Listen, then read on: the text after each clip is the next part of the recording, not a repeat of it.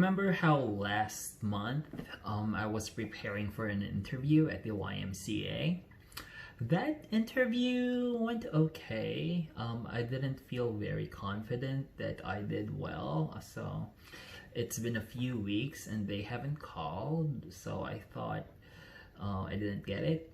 And then 2 days ago, they called and they offered me the job. It was very exciting, but unfortunately, when they called, I already bought the ticket to go back to Vancouver because the day before that, or maybe 2 days before that, my school announced that we're never going back to campus for the rest of the term.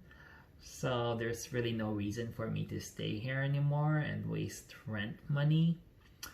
But you know what? If they did call me before I bought the ticket, I think I would have stayed. I think it would have been a very interesting experience. I mean, for someone who's only worked in a corporate setting, I've been working in financial institutions for how many years now? Over 10 years. And to then start working in childcare, I would have worked for school age for their school age program that's kids from 6 to 12 years old. I think that would have been fun and it would have been very exciting, but to be honest, I don't know if I would have done well. And because it didn't happen, I think maybe it's God's will for me not to accept that job.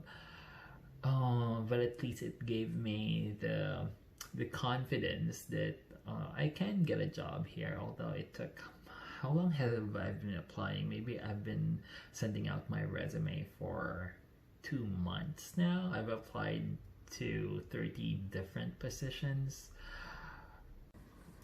Now I'm feeling separation anxiety. It's the same feeling that I felt when I left the Philippines. I've been with my homestay family here in Winnipeg for 6 months collectively. I left for a month to visit family in Vancouver. And they've been so generous and so kind to me. And I'm so fortunate to have this experience, to live with a Canadian family and know their customs and know the culture and how they're like, how they live, and they're the sweetest and most polite and kindest people. And I believe that I'm led to people that I can learn from and people that I can help. So I hope that I have been a blessing to them also, as much as they have been a blessing to me. I really am going to miss them. I wouldn't have survived Winnipeg without them because of COVID, for one. If I rented my own apartment, I would have had no human interaction in the last, I don't know, 5 or 6 months, if not for them, because for the last 5 months since March 16, we've been doing online classes only, and it looks like we'll be doing that until March next year.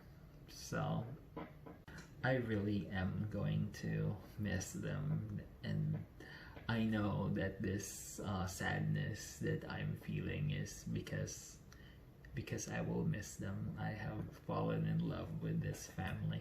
I've never been good at saying goodbyes, and tomorrow is my last full day here. Maybe I'll give them a gift. I don't know, because I'm also not a very vocal person, but I believe that I should, because they're important to me.